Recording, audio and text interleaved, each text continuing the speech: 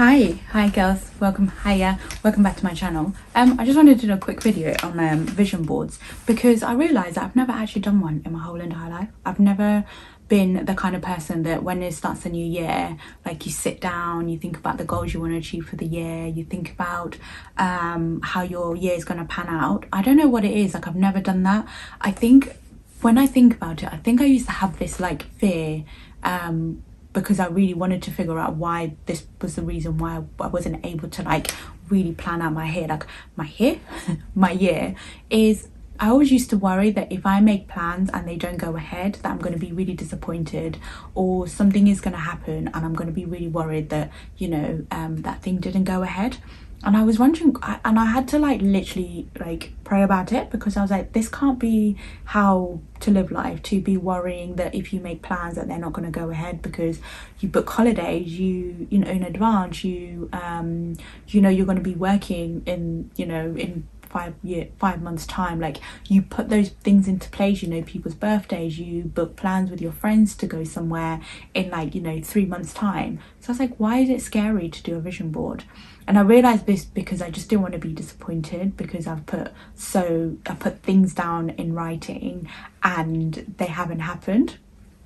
And for the first time this year, I've done a vision board. And it wasn't until like I met the most, you know, we'll talk about friends at another time, because that's something that I really struggled with, like friends, you know, having those like girlfriends that are just incredible and they listen and they give you a safe space and all of that. And I'm 35, and you would think like, I always thought that by this age, like the friends that you make in your 20s are going to be your friends for life, but it doesn't work like that. And maybe that's why I was used to see other girls like saying, oh, we had a girls' night in and we did vision board, and I'd be like, I've never had that. So then I probably thought, why am I going to do it on my own? I always felt like it needs to be with a group of people. But now I've done one for this year, and it was the best thing I ever did. Like, it really gets you thinking about exactly what you want your year to look like, and you do it with your job, because I realize that I plan out my, you know, I know everything that needs to happen like every month in my job, the way you know, the things I need to deliver, because I know, you know, the deadlines, I know who needs to go where, I know what needs to get done. And I was like, why do I not do that with my own personal life? Like, think about like how I want my year to pan out. And I read about it and I was like, this fear of worrying that things are not going to go ahead, like it needs to just go away, because things are going to go ahead, and if they don't, something better will come along and there will be a reason as to why something hasn't happened. I guess it's probably also just the fear of like, if like, you know, not having the money, maybe falling ill or anything like that. Like, it's so strange. I don't know if anyone's ever had that worry of like planning, like, you know, tangible things that you really want to happen but they might not happen, but you're scared to like really put it on paper. And I remember I watched a clip with what's that man's name, Steve Harvey, and he was like, write down 100 things that you want to achieve this year. And I found my notebook at the beginning of this year and I wrote down probably, I think it was about 50, and probably about maybe 5 of them went ahead. And I got really sad at one point, and I was like, oh my god, why did any of these things happen? But then I realized so many other things have gone well, so many other things did happen, even if like all those things that I put down on paper didn't happen. And something I've started doing this year, and I shared it in my girls group, is we're all going to do it individually, but I saw this thing that said, get a jar, and each week, at the end of each week, get a post-it note and write all the things. You can write one thing or whatever, how many things you want to write down of all the amazing things that have happened in that week. And then at the end of the year, on the 31st of December, you can sit in bed with a, you know, if you're not going out or whatever, or maybe, you know, the first week of January, you can sit and just go through every single thing that has happened. Because sometimes we finish the year and you're like, oh my goodness, this was the worst year of my life, but there has been so many other beautiful things that have happened, and we fully start concentrating on the things that really went wrong. And I realized that having those notes that I've written down, even though like most of those things didn't go ahead, there were so many other beautiful things that happened. But then I was trying to like work out what they were, because I was like, oh, but what really happened, what did I actually do was amazing. And then I was like, the main things that was amazing this year is full health, a roof over my head, being able to pay my bills, being able to see my friends. I passed my driving tests last year or the year before. I feel like it was a year before. No, it was last year, I think. Yes, passed my driving test. Job is going really well. I have an amazing, you know, team at my job. I've got you know, I've made some really amazing friends in the last like couple of months, and there was just so many things I had to sit there and like really dig deep. Whereas if I had done that writing down of all the amazing things that have happened, then if you do a mood board, or you write down a vision board, mood board, and you write down or you write down things that you want to happen in life, and they in that year and they don't happen, you still have so many other things that you can be grateful for. So I feel like, you know, if you've never thought about doing a vision board because you're worried about things not going ahead, you can do those. You can do a vision board. And then also one of my friends said that she does this amazing thing is she breaks it down into quarters, so Q1, Q2, Q3, and then if obviously you don't make to achieve that, it doesn't mean that your life is behind. It's just that there was something else that took priority, and then you can move it to the next quarter of the year. And then if you have, you know, a little jar of things that you write and you fill it up every week, and then at the end of the year you will be able to put it alongside your vision board and be like, even though I didn't fulfill everything I wanted to do this year, here are all the amazing things that still happened. And I feel like that's such a wonderful way to like look ahead and not feel so overwhelmed about planning things and then not going ahead. But then it's also the most incredible thing when all of those things you've written down happen, and even more. But it's like the power of like believing that whatever you have written down and whatever you want to achieve, you will achieve one way or another. It might maybe not happen exactly when you're supposed to, but it will happen even better than you think that it would. And that's something I really want to do this year, and just be more mindful of like not being scared of planning things, and really being like, right, you know, that like for my YouTube, like I'm gonna do really well this year. And I even wrote down, like I think last year when I started it, I was like, I'm gonna start making money this year. But then I stopped like posting in like maybe August. Like I just stopped for some reason. Like I felt like it wasn't going anywhere. But I also have to remember that things take time. But it's like, for now, all I want my YouTube to be is a safe space. You know, if you're cooking, you know, you're doing tidying, you can listen to Helen in the background and then enjoy it. And I want to be able to create that safe space for anyone who wants to just have a little, you know, chit chat, or sit with a cup of tea and listen.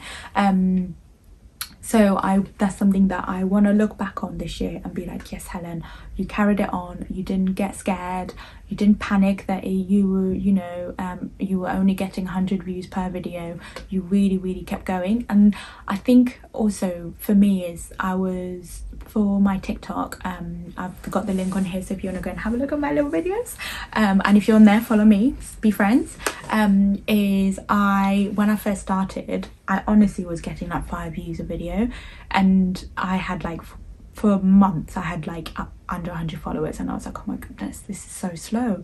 And then my friend was just like, just keep going, Helen, just keep going, don't give up. And there would be times where I'd be like, oh my goodness, should I give up? But then I remembered and realized that I'm not doing this to get the satisfaction of like getting 100 views or 200 views. It's more just creating that community of like-minded people where we enjoy sharing fashion in our own ways, our own authentic self, and just being like the space where you're creating joy and you're creating inspiration for people who want to follow you.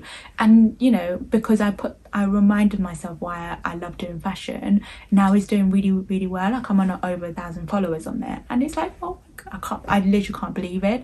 Like I never thought that would happen in like probably for another like 2 years, because it just didn't seem like it would happen, because I kept seeing other accounts that are like went from like 1,000 to like 10,000 in a space of 3 months, but it hasn't happened for me. But then I had to remind myself that I'm on my own journey. So this is why I'm reminding myself I'm on my own journey on YouTube. So yeah, going back to the vision board, if it's something that you've never done before, I would definitely recommend you to do it. And it gets you thinking about how you really want your year to look like. What are the things that bring you joy, that you really want to like achieve, and you're not just coasting through life just like, yeah, it will happen if it's meant to, but you're actually putting in the action of what you want to do, and then break it down into little chunks so then it doesn't feel so overwhelming. And I think that's something that I really want to do this year, and I'm really enjoying it, because usually January, guys, January always feels like the longest, the longest month. And like I appreciate that we still get paid early in December, but to be honest, I'm like, we need to stop creating this like kind of like, because in January you end up like having to spend your savings, maybe spend more if you have a credit card because you're stretched. But it's also creating that culture of like over shopping, because then you get paid early, so then you spend more because you need to get people presents. Listen, my husband and I, we've said we're never gonna do that, where I don't leave everything till like December where I'm like, oh, I need this and this and this. I'm like, why don't we just spread it out across the year? If I feel like I need something, and maybe that month I'm saving a bit more than you are and you've got a bit of spare cash on the side, is I can be like, oh babe, I really want this, can you get it for me? Rather than like being like, oh my gosh, I need like all of these things at Christmas. No, that's no. So it's like I lost my train of thought, but I feel like it's one of those where January, yes, January just always feels like, oh my goodness, like such a long month, but we're nearly there. It's nearly end of January. Hopefully I'll post this before the end of January, and we can like feel, you know, I want to like feel like the year doesn't always need to start doom and gloom, like, oh my goodness, it's January, you know, Blue Monday, blah blah blah. Nah, take all of that, take it away, you know. Don't be sucked into all of that, like feeling like January should be like this like overwhelmingly stressful month, because it doesn't need to be. If you don't let it, it won't be, and I promise you it will make you feel so much lighter and so much more better in yourself. And I feel like this January for me, it's been probably the best January I've ever had, like being aware of how long January is and being more in tune with my values and who I am and everything. And doing a vision board, when, you know, I did it with my friends, and it was the best like evening I've ever had with like a group of girls, and like it was so good. And it's really helped me just, you know, pinpoint all the little things that I want to do. And also I could have done last year, but I kind of coasted a little bit on certain things, like my YouTube. Like, why did I stop? Somebody tell me. I still don't know why I stopped. Like I said, I think it's because the videos weren't doing amazing, but again, things just won't happen overnight. You've got to put work in, but also put work in the things that you love. So I love doing this. I'm gonna keep going, and we're gonna keep going, and we're gonna keep growing. So just wanted to just throw that out there. Vision board, do it. If you've never done it before, it's the best thing. I think will be the best thing for you. But also get that jar and put little notes of things, that beautiful things that happen every week. If it's too much every week, do it every month.